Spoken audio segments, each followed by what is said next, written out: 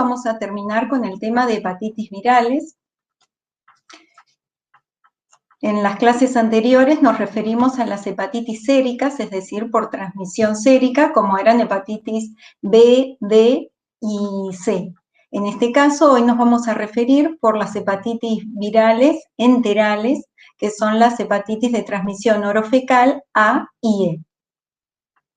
Aquí teníamos entonces el cuadro con la distinción entre los distintos tipos hepatotropos de hepatitis virales enterales y parenterales. Comencemos hoy con el virus de hepatitis A. Este tipo de virus pertenece a una familia ya conocida, que era la familia Picornaviridae, que tenía una gran diversidad. Recuerdan algunos de los géneros, entre los cuales nosotros ya habíamos visto a los enterovirus. Ahora aquí nos vamos a referir a otro género, que es el hepatovirus. Pero ya, al pertenecer a la misma familia, algunas características van a compartir. Si bien tiene un único serotipo, y esto es muy beneficioso para la hepatitis A, por lo que contamos con una vacuna, también tenemos que tener presente que existe diversidad genética. Aquí en este cuadro podemos observar los distintos genotipos asociados ya sea a humanos o a primates no humanos y las distintas distribuciones en cuanto a los aislamientos que se realizaron para su genotipificación. Pero entonces de aquí saber que a pesar de la diversidad genética que existe para el virus de hepatitis A, existe un único serotipo. Con respecto a las características del virus, podemos ver que es un virus entonces desnudo. En este caso está formado por la cápside distintas proteínas. Tenemos las proteínas BP1, BP2 y BP3, como para otros virus de la familia Picornaviridae. El material genético es una hebra de RNA de polaridad positiva. Y la misma está asociada a una proteína BPG en el extremo 5'. Recuerden aquí entonces tenemos la estructura del virus el RNA del virus de la hepatitis A con la región 5' no traducida, en la cual se va a incluir el sitio IRES, ese que era necesario para comenzar la traducción, y la proteína BPG asociada al comienzo. Y luego tenemos en el extremo 3', la cadena de polia. Tiene un único marco de lectura, y aquí podemos ver las distintas regiones del genoma que codifican tanto a las proteínas estructurales como no estructurales. Entonces aquí podemos observar las proteínas de la cápside, BP1, BP2 y BP3. También recordar que se forma otra proteína, BP4, pero que no queda entonces en la cápside de los virus maduros. Con respecto al ciclo de multiplicación, solo vamos a ver aquí a grandes rasgos que entonces tiene un tropismo por los hepatocitos, pero también puede infectar a las células a otras células del tejido hepático también. Va a reconocer receptores en los hepatocitos, se va a internalizar, libera el material genético y todo su ciclo de replicación va a ser realizado en el citoplasma. Luego se elimina mediante un mecanismo de lisis celular hacia los conductos biliares. El periodo de incubación que tiene la hepatitis A ronda aproximadamente una media de unos 30 días, pero su rango puede ir desde unos 15 días a 50 días. En general se habla que las hepatitis de transmisión orofecal tienen un periodo de incubación más corto que las de transmisión parenteral. Genera ictericia de acuerdo al grupo etario. En los niños menores de 6 años, menos de un 10% desarrollan ictericia. Entre los 6 y 14 años, el 40 al 50%, y en mayores de 14 años, el 70 al 80% desarrollan entonces ictericia.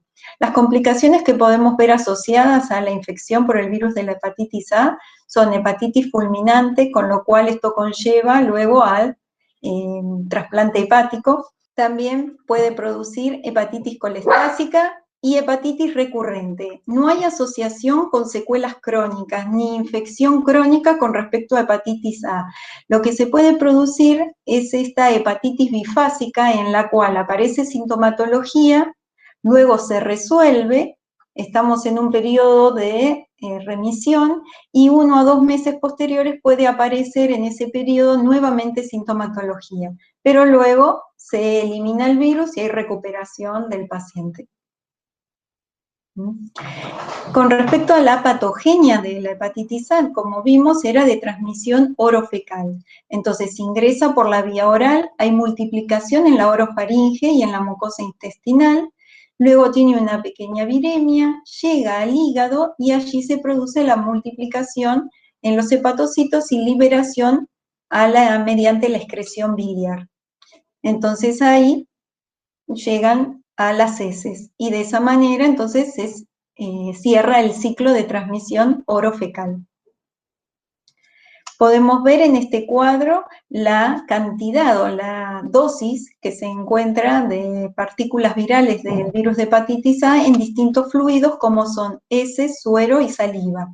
También aquí está puesto orina en el cual no se ha determinado. Y que principalmente la mayor carga del virus se encuentra en las heces. ¿Cómo es la transmisión? La transmisión, como les mencioné, es fecal-oral, a través del contacto directo y también puede darse por ingestión de agua o alimentos contaminados. Es muy importante aquí tener presente la transmisión a través de brotes familiares y en colectividades. Y hay que tener también presente que puede haber una posible transmisión intravenosa y por vía sexual, pero aquí recordar que la fase de viremia, entonces, no es tan importante, es poco probable la transmisión intravenosa, y con respecto a la vía sexual, en realidad tiene que ver de acuerdo a la vía sexual en sí, es decir, la transmisión es orofecal. Entonces, depende de la vía en sí sexual cuando estamos hablando de, orofecal, quiere decir ano-boca. Y la infecciosidad, tenemos que tener presente que puede durar de 2 a 3 semanas antes y 1 a 2 semanas después de la ictericia, después de aparecido, entonces, este síntoma de la ictericia. ¿Cómo cursa la hepatitis A, la infección por el virus de la hepatitis A? En general es asintomática. En la mayoría de los niños, el 80% de los niños es asintomático y en más del 40% de los adultos. Sin embargo, tenemos que tener presente que pueden ocurrir casos de hepatitis fulminante. Las prevalencias son bajas en niños y en adultos, pero aumentan mucho en sujetos infectados también por el virus de la hepatitis C. Sin embargo, esto que les dije de hepatitis fulminante, vamos a tener que tenerlo presente a la hora de ver los lineamientos de por qué se introdujo también la vacuna en el calendario oficial aquí en nuestro país. Sobre todo para prevenir los casos de hepatitis fulminante en los niños y de esta manera reducir y llegar a la anulación de la necesidad de trasplante hepático en ese grupo etario.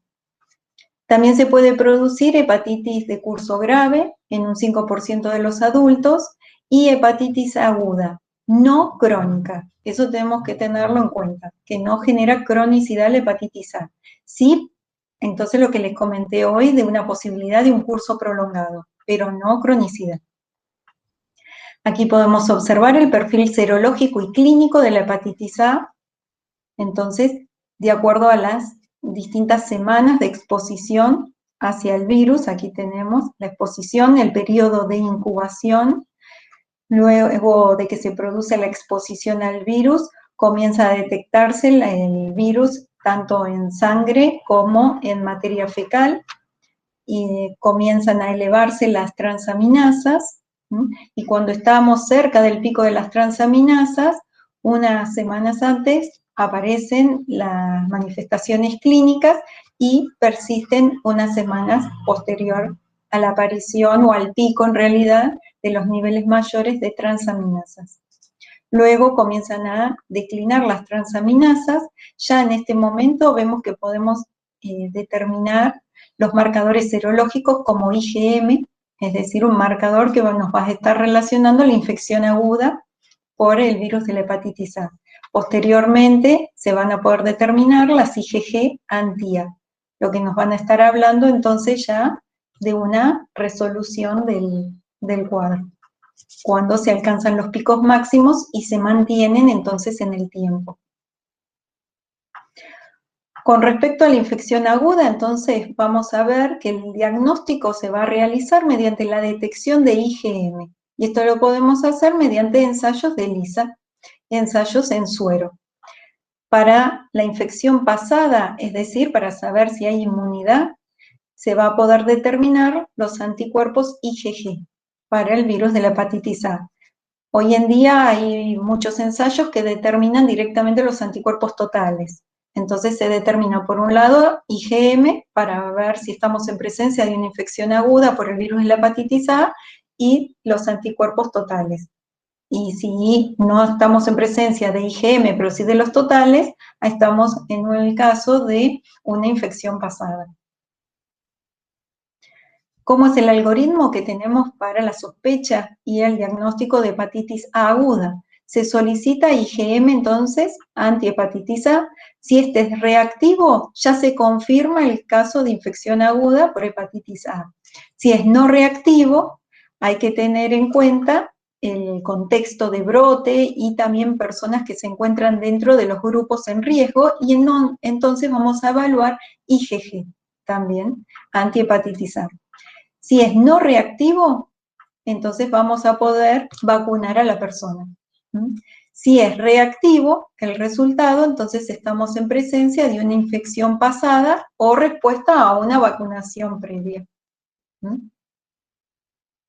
Con respecto al diagnóstico molecular, si bien se puede realizar, no es la técnica que se utilice para el diagnóstico de la infección por el virus de la hepatitis A. Esto se utiliza para investigación, estudios de epidemiología.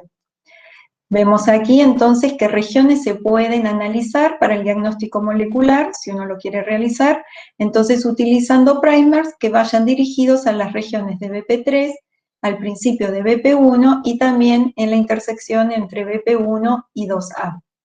Pero recordar que no se realiza para el diagnóstico de hepatitis. Aquí podemos observar el mapa de prevalencia mundial de la infección por el virus de la hepatitis A, donde están determinadas áreas de alta prevalencia, de intermedia, alta e intermedia prevalencia, como estaba indicado anteriormente en nuestro país, Argentina. Sin embargo, esto ha cambiado desde que se ha introducido la vacuna en el calendario nacional. Y otras zonas de baja y muy baja, entonces prevalencia. Con respecto a la profilaxis, es decir, a la inmunoterapia pasiva, se cuenta con la inmunoglobulina, que es polivalente, se puede dar cuando se produce la exposición durante menos de 2 semanas de la exposición. Esto quiere decir, desde que se produjo la exposición, tenemos un rango de 2 semanas para poder administrar entonces la inmunoterapia pasiva. La duración de esta inmunidad es corta, es de unos 2 a 4 meses. Y tenemos que tener en cuenta que puede interferir con la respuesta inmunológica a las vacunas con virus vivos, cuando se la tienen que administrar.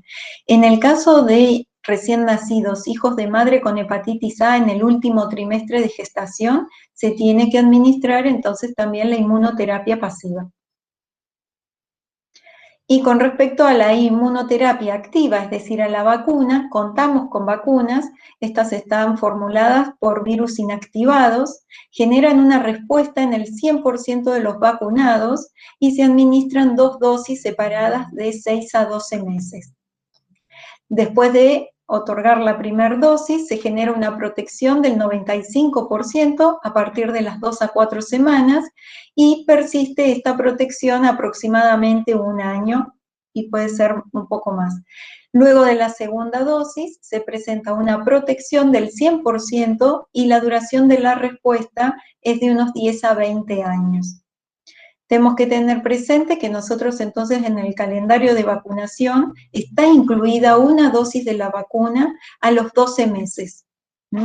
¿Y por qué está incluido una dosis? La recomendación es que se pueda administrar la segunda dosis también, pero en el calendario nacional figura una dosis porque se realizaron estudios epidemiológicos antes del 2005. En el 2005 se introdujo entonces la vacunación con esta única dosis a los 12 meses, pero se había visto que anteriormente había circulación endémica en Argentina del virus de la hepatitis A, se habían producido distintos brotes, sobre todo en 2003 y 2004.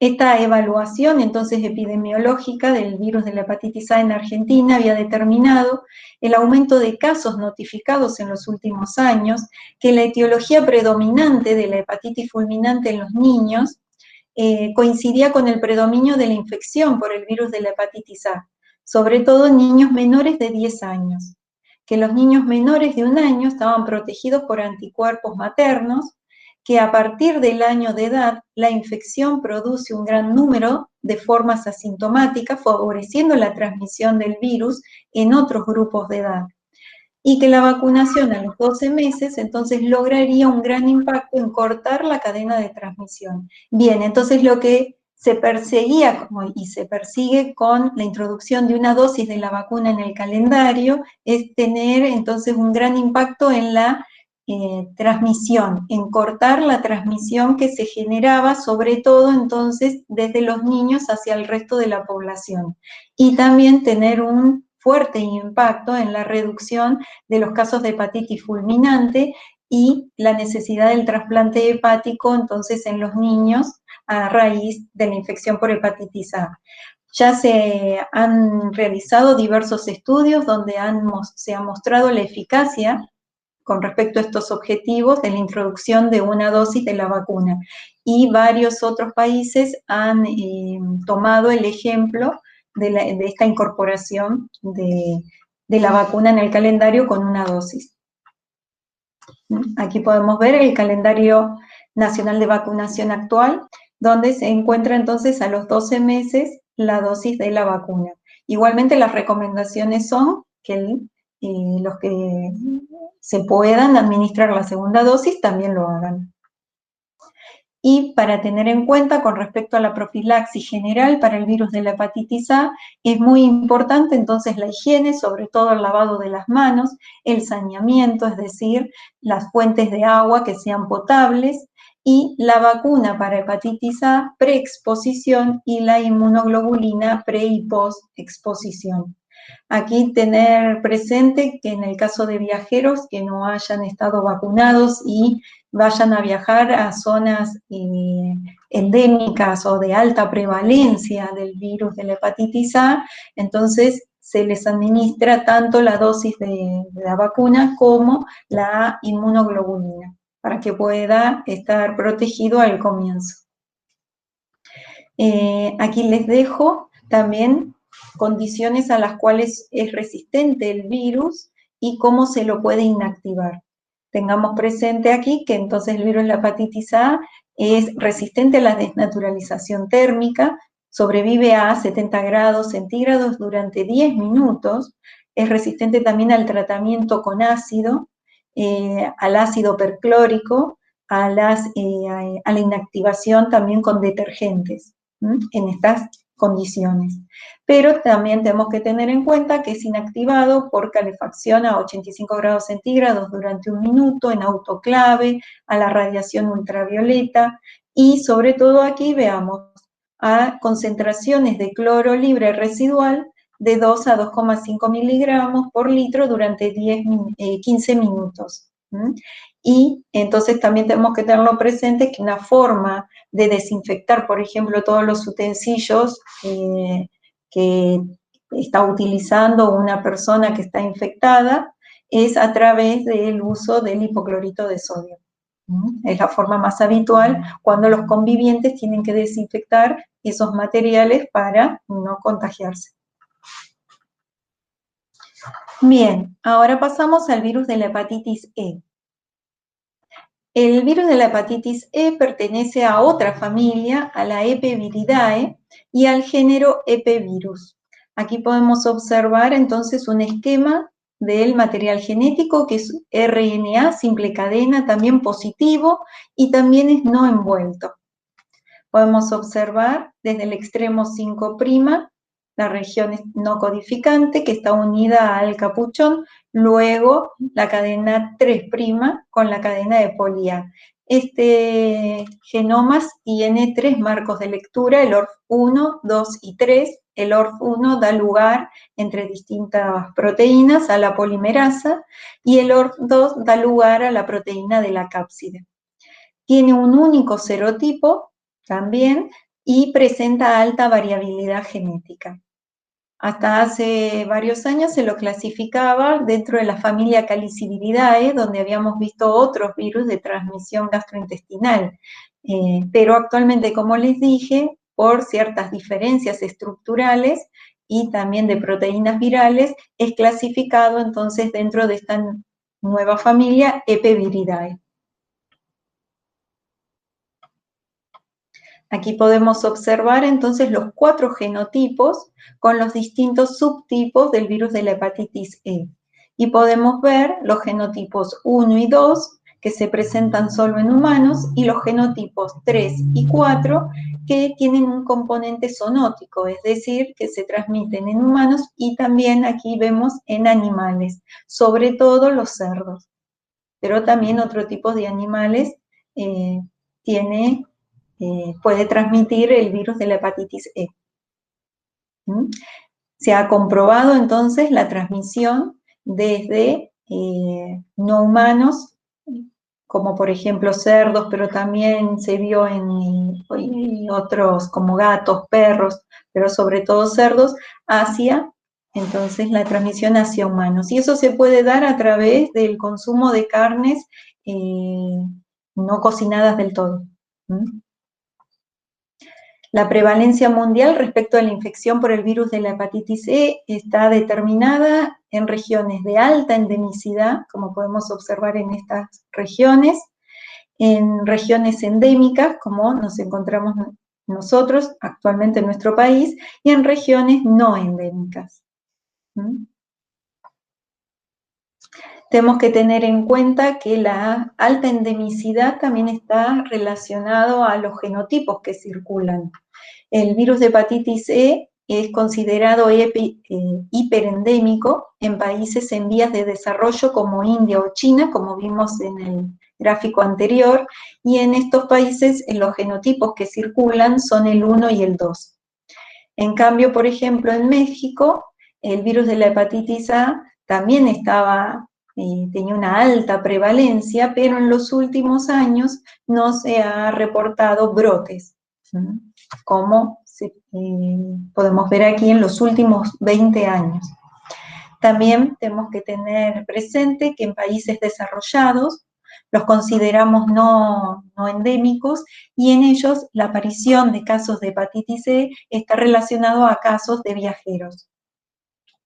Y también tenemos que tener presente que en la última década en países desarrollados también aparecieron brotes por el virus de hepatitis E, pero en este caso está dada por los genotipos 3 y 4, autóctonos, es decir, que son hepatitis que se desarrollan en el lugar, ya no en casos de viajeros como estaba relacionado anteriormente. Y esto está dado por el reservorio animal con la transmisión zoonótica que les comenté. Entonces aquí podemos ver un mapa mundial de los distintos genotipos del virus de la hepatitis C, donde nos incluimos nosotros con el genotipo 3. Entonces, ¿cuáles son las vías de transmisión para el virus de hepatitis C? Principalmente, la más importante, es la transmisión fecal-oral por contaminación de los suministros de agua potable. Esto sobre todo se da en los países donde hay una transmisión hiperendémica. Pero también se puede dar la transmisión zoonótica por alimentos contaminados, crudos o pocos cocidos, y esto se da principalmente en los países desarrollados o donde hay menor endemicidad. También se puede producir en menor proporción la transmisión por transfusión de productos sanguíneos infectados, por transmisión vertical, es decir, materno-fecal, y por contacto directo con sujetos infectados. Tengamos presente que la infección por contacto directo con sujetos infectados será más frecuente para el virus de hepatitis A. En cambio, es más frecuente en el virus de hepatitis E, entonces la transmisión por contaminación de suministros de agua potable. La patología que genera es una hepatitis aguda autolimitada en pacientes inmunocompetentes. Sin embargo, en ciertos grupos, como pacientes trasplantados e inmunodeprimidos, puede generar una patología crónica.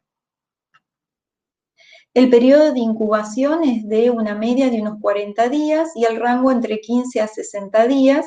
Es más corto que las hepatitis séricas, pero puede ser un poquito más prolongado que en el caso de la hepatitis A. Puede generar hepatitis fulminante en un 1 a un 3% en la población general. Sin embargo, este porcentaje aumenta mucho, un 15 a un 25% en las mujeres embarazadas, sobre todo cuando contraen la infección en el último trimestre.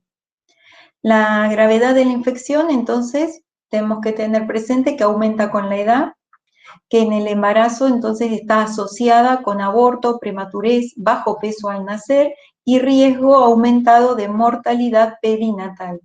Eso con respecto, entonces, al recién nacido, pero también en la mujer embarazada genera con mayor probabilidad hepatitis fulminante. La evolución a cronicidad tenemos que tenerla presente entonces para pacientes trasplantados, hematológicos, aquellos que reciben tratamiento por quimioterapia y en pacientes HIV positivos. Con respecto al perfil serológico y clínico de la hepatitis E, tenemos que tener presente que el RNA del virus, ya sea en suero o en materia fecal, comienza a ser detectable durante el periodo de incubación, como podemos observar aquí. Y que luego aparece la subsiguiente aparición de tanto de la IgM del virus como la IgG antihepatitis E, como podemos observar en las curvas verdes y naranjas respectivamente. Que los niveles entonces de IgM tienen un aumento temprano, tienen un pico de concentración cuando se produce el pico en el aumento de las transaminasas y que luego va a ir declinando. Y en cambio que la IgG aumenta más tardíamente, tiene un pico posterior y se mantiene en el tiempo. También tenemos que tener presente que la sintomatología se puede generar rápidamente luego del aumento de las transaminasas, del pico de las transaminasas, como podemos ver aquí. Entonces comienzan a elevarse las transaminasas y cuando se produce el pico de las transaminasas pueden aparecer entonces las sintomatologías. Que estas pueden ser como cualquier otra hepatitis agudas, náuseas, anorexia, síntomas gastrointestinales y demás, pero también se ha visto que hay otras manifestaciones extrahepáticas en el caso de hepatitis E que muchas veces pueden enmascarar la sintomatología clásica de la hepatitis E. Algunas de estas sintomatologías pueden tener un compromiso o sintomatología neural, pero que todas estas manifestaciones extrahepáticas se resuelven también cuando se elimina la infección por el virus de la hepatitis E. Entonces, con respecto al diagnóstico de la hepatitis E, el diagnóstico de laboratorio, contamos con test serológicos, ya sea para la IgM o la IgG. Al principio tenían una baja sensibilidad y baja especificidad, esto con el tiempo se ha ido mejorando y actualmente contamos con test que tienen una sensibilidad del 95% y una especificidad del 98%. Había que tener presentes y también igualmente actualmente tener presente que pueden tener algunas reacciones cruzadas con virus de Epstein-Barr y citomegalovirus. Sin embargo, los nuevos test han mejorado mucho la sensibilidad y especificidad. Se reconoce en estos, o cómo están formados estos test para determinar tanto IgM como IgG. Están basados en los métodos de ELISA o también de las inmunocromatografías, y están formados por péptidos o antígenos recombinantes de la zona ORF2, ORF3, del genotipo 1 del virus de la hepatitis E. Y entonces pueden detectar IgM o IgG, que va a estar inducida por los 4 principales genotipos del virus de hepatitis E, porque representan un único serotipo. Actualmente aquí en Argentina se ha desarrollado un kit para la determinación del virus de la hepatitis E, para la determinación de los anticuerpos anti-hepatitis E. Es un método de ELISA. Este año ya, el año pasado se mostraron los datos y este año ya se dio a conocer entonces este nuevo test. Está formado con antígenos recombinantes del genotipo 3. Del genotipo 3 es el que circula aquí en Argentina.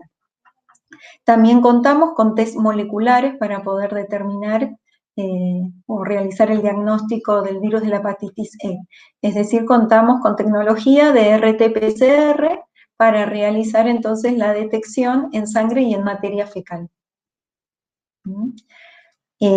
Puntos a tener en cuenta con respecto al diagnóstico molecular es que la detección del RNA del virus de la hepatitis E en las muestras biológicas sería el gold estándar para la confirmación de la hepatitis E aguda. Esto ya nos va a estar hablando de que no nos vamos a poder quedar entonces con el diagnóstico serológico. Entonces vamos a tener que confirmarlo entonces con técnicas de biología molecular. Que el RNA del virus de la hepatitis E se detecta una semana antes de los síntomas y hasta 6 semanas después de iniciados los síntomas, y entonces que la detección del ARN del virus de la hepatitis E va a permitir establecer la replicación viral y también la caracterización genotípica posterior, para poder hacer estos estudios de epidemiología y saber qué genotipos son los que se encuentran aquí circulando en nuestro país. Aquí podemos ver el algoritmo diagnóstico y también la notificación que se tiene que hacer, como para el resto de las hepatitis, a través del CIVILA. Frente a un caso sospechoso, entonces, de hepatitis viral, con resultados negativos para los otros virus hepatotropos, es decir, negativos para hepatitis A, B y C, entonces ahí, si se dispone de técnicas serológicas, se va a estudiar la IgM y o los anticuerpos totales para el virus de la hepatitis E. Si es reactivo, entonces estamos frente a un caso probable de infección y hay que realizar el estudio por biología molecular del ARN del virus de la hepatitis E.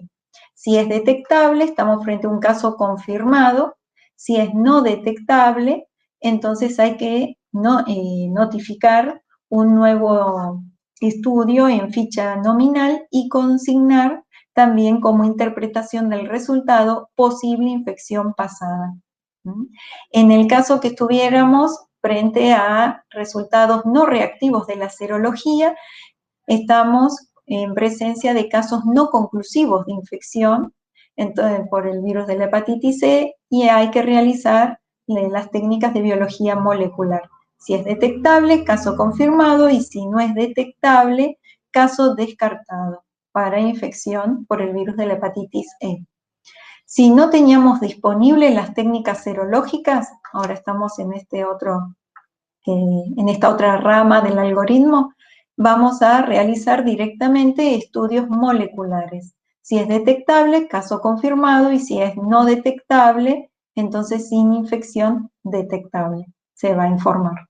Pero aquí entonces tener presente que en nuestros algoritmos primero se descartan otras hepatitis A, B y C, y en el caso de que estas sean negativas, ahí se sospecha y se solicita entonces los estudios para el virus de la hepatitis E.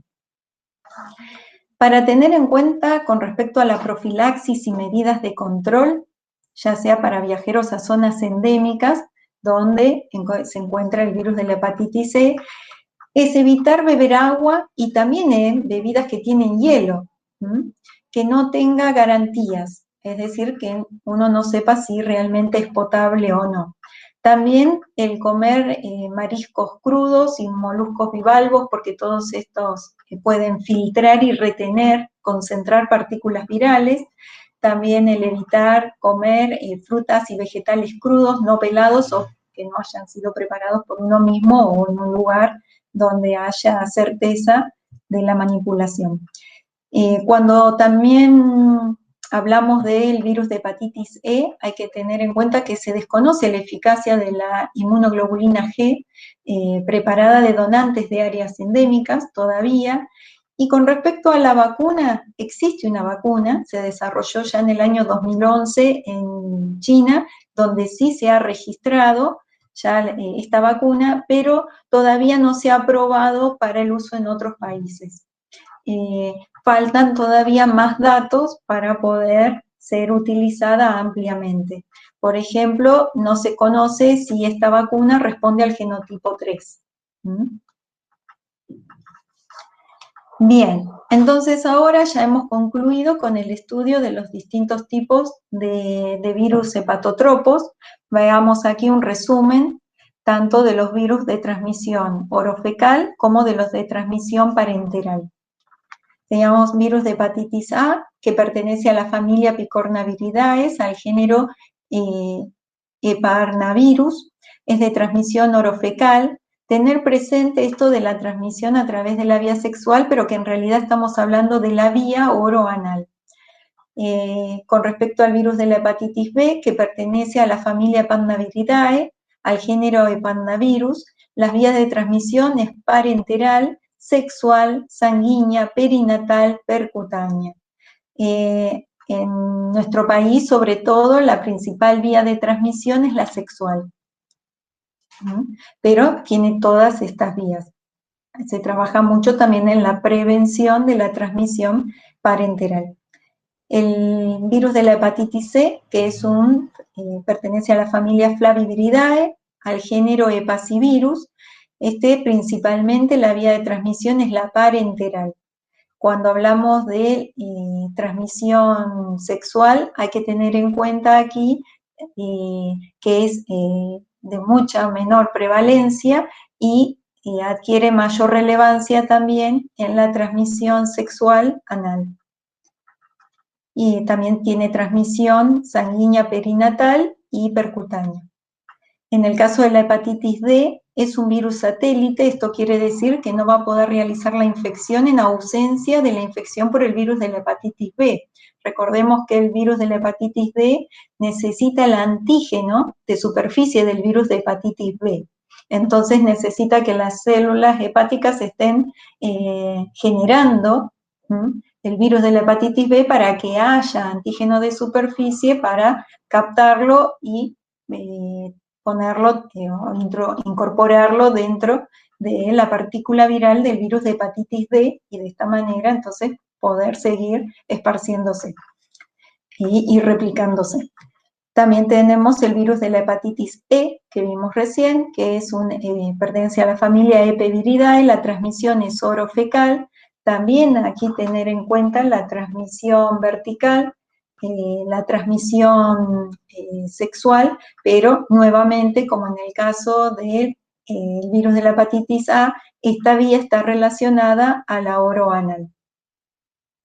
Y cuando hablamos entonces de los distintos tipos de hepatitis producidas por virus hepatotropos, pensamos en los cuadros de hepatitis aguda. Y en el caso de los distintos virus pueden llegar en mayor proporción a la curación o en algunos generar hepatitis crónica. En el caso de la hepatitis A se genera entonces en el 100% de los pacientes la curación. No hay casos de hepatitis crónica. En el caso de la hepatitis E, sabemos ahora que puede haber un porcentaje de pacientes que lleven a una cronicidad, pero que estos pacientes tienen que tener algún tipo de inmunosupresión. En el caso de la hepatitis B, se genera una alta proporción, logra resolver la infección, hablamos de resolución y no de curación, En el caso de la hepatitis B, recuerden que quedaba en forma persistente este virus y todo lo que hemos hablado también de infección oculta. Y tiene un porcentaje menor, un 10%, que puede generar hepatitis crónica.